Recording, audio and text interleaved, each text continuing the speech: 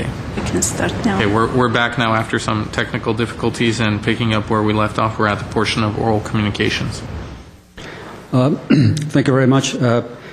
Madam Pro-Chair, Parazzi, members of the Housing Authority and city staff, my name is Herbert Molano. As I've come here several times to discuss issues of quality of life and indicators, sometimes I get the feeling that the information being presented, whether here or elsewhere in other meetings, either the city fails to disclose appropriate information. Sometimes I feel that the information is slanted, or the information compromises the truth, or there is some distortion of fact. And I'd like to give you 4 examples. One on street conditions, the other one on affordability of utilities, another one on availability of parkland, another on pedestrian injuries. These are all quality of life issues that pertains to all of us. Oftentimes we're told about the pedestrian condition index that the city, for which the city pays between $50,000 and $80,000 every 5 years. And we're told that the average index is 75 or 72 as it was 5 years ago. The problem with that particular statement is as follows. According to the records, and I looked at them and got copies, in order to maintain roads at a pavement condition index of 75, it costs $1 per square foot. If you wait 3 years, it will cost $4 a square foot. In other words, the degradation that takes place from a pavement index of 75 on down accelerates significantly. So if your average is 75, it means that your average roads in Glendale are within 3 years of having some significant increases in cost to maintain. And I looked at a sampling of the area that is of concern to me, but here's a few. East California between Brand and Louise, rated 58. North Central between Broadway and Lexington, rated at 26. East Durand between Brand and Jackson, rated 31. And Geneva between Stocker and Mountain, 51. Under any standards, and your own standards and the standards for your own consultants, it tells us that all of these conditions, especially the conditions of roads south of the 134 freeway near it, are in dire need of repair. And that the cost of the city, once this particular index drops below 75, will be 400% higher. Second issue has to do with the cost of utility and the overall cost of housing. The cost of the utility for water, as it was presented to us in the public, was that it was going to be, or the increase, 3.8%, and that the average for the house per household was going to be minimal, like $2.50. But you were giving us the average of only the residential single-family home. With it, we were not given what the actual costs were for condominium, and apartment dwellers and apartment owners, or for businesses. Because I believe that if those numbers were included, we would get a much different hit on residents, apartment owners, and business owners. Availability of parkland. Time and time again, we've been told that recreational planning area 10 is overbuilt, that there isn't sufficient amount of parkland, and that in order to have it, you have to tear down buildings, apartment buildings, and the cost is prohibitive. Yet last week, you gave away basically about half an acre of parkland, precisely in recreational planning area 10, an area that is already fully vacant. So we have an incredible deficiency in recreational planning area 10, and those measures and that consideration was not given before giving away this parkland that benefits 5 families. The element was pedestrian injuries, and you'll get a report this evening, and I went through that report. There's a significant amount of lack of proper analysis. I'm glad that it is there because it's one of the few times that I've seen a report attempting to give the public a good overview of it. Within that report, you will see tonight a significant number of programs, but it doesn't tie that into effectiveness. It doesn't tell you the age of the typical pedestrian, whether they're older or younger or what age, and how these programs address it. Because I have been reading quite a significant amount of material on the issue of how to address pedestrian injuries and what the causes are and what the cities can do. And what worries me about this is that there are some programs that have shown to have little to no effect.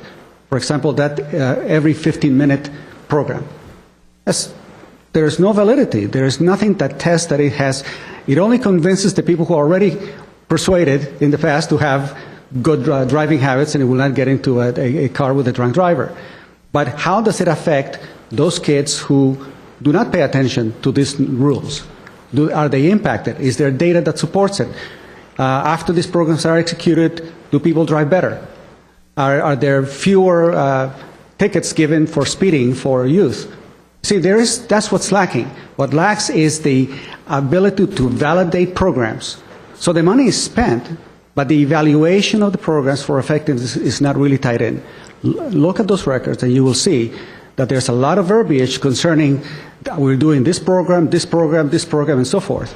But tying it to effectiveness, you don't really see it. What is really significant to me is that 2 years ago, or 2.5 years ago, there was a significant decrease in pedestrian injuries, a major decrease, almost like 15 to 20%. And yet there was never an evaluation of what worked. What was it that was so incredibly significant that reduced pedestrian injuries? And these are 4 examples of the things that personally bother me when the city has an opportunity to take each one of these issues and give us a greater degree of clarity, of better information, where you're not compromising the truth, and also you're not allowing us to come back and say, look, the way you're interpreting my presentation or the presentation here needs the following. We are prevented from coming back to you to speak, and that's, I think, a deficiency as well. Thank you very much. Is Ms. Ferdinand? Well, Mr. Milano brings up a good point about the report about water rates talking about single-family residences. I actually asked staff the same thing, and I appreciate him bringing that up so that I can add a little data that I found out this week. The $2.50, I believe it was, rate increase for single-family houses is indeed different than it would be for apartment dwellers. The average apartment user will see an increase of approximately 50 cents a month. That's because 80% of water is used outside the home, and single-family residences use much more water than apartment buildings do. So I want to thank him for making that point. He's right. The rates would actually be much lower if you spread them out across both apartment users and single-family houses. So I thank you, Mr. Milano, for raising the point that it's actually a lower rate for for a lot of the residents in Glendale. Thank you. Thank you. Okay. And oral communications is closed. So what is next, please? Is there any new business? Wait. Yes, you skipped. I'm sorry, authority, I rolled that into last comment. Is there any additional authority member or staff comments? Yes. Please, Mr.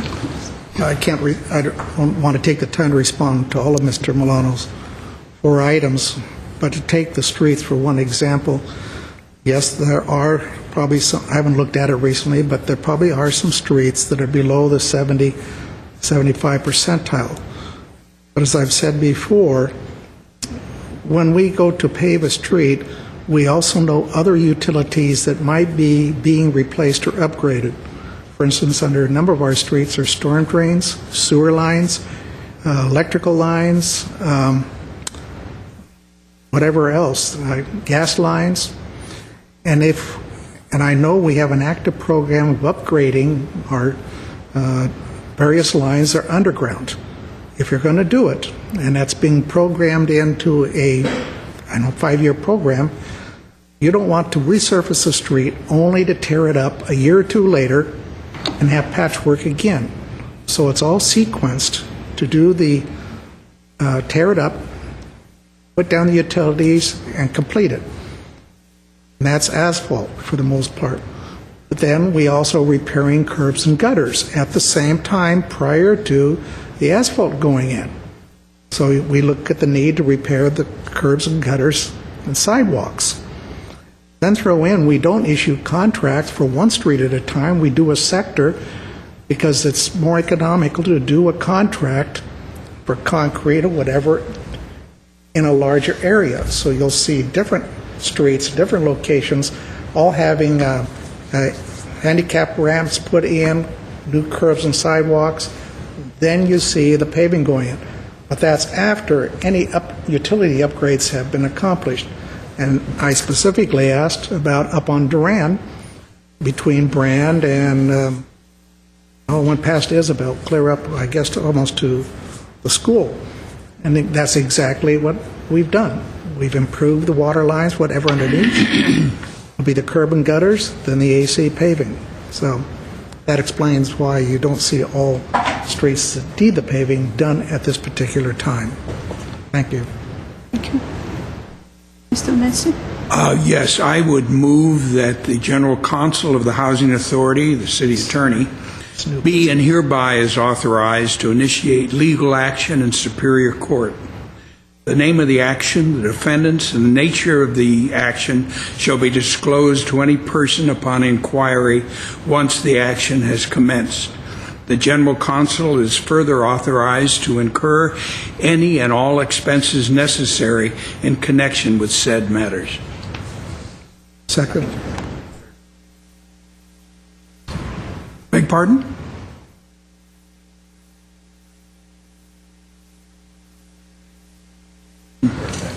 I second it. Motion was moved by Authority Member Mincy and seconded by Authority Member Weaver. Yes. Roll call. Authority Members Draymond. Mr. City Clerk, I was at a meeting today, was not at any of closed session today, so I will have to abstain from the vote. Thank you. Authority Member Friedman. Yes. Mincy. Yes. Najarian. Yes. Weaver. Aye. Chair Quintero. And Acting Vice Chair Perazio. Yes. And under new comments, new business, I'd like to move that the general counsel to the Housing Authority be and hereby is authorized to enter into an agreement to utilize the legal services of Burke, Williams, and Sorensen, Charles Slingstad, to assist the general counsel in matters related to Advanced Development and Investment, Inc., ADI, and Pacific Housing Diversified, Inc., PhD, and to incur all necessary expenses in connection therewith. The agreement shall, in addition to other provisions, contain a fee cap and an estimated budget for the handling of said matter. Second. Authority Members Draymond. Again, Mr. City Clerk, I was at a constituent meeting and was not in attendance at closed session, so I'll have to recuse myself or abstain from this vote as well. Thank you. Authority Member Friedman. Yes. Mincy. Yes. Najarian. Yes. Weaver. Aye. Chair Quintero. Acting Chair Perazio. Yes. Thank you. And I move we adjourn. Second. okay.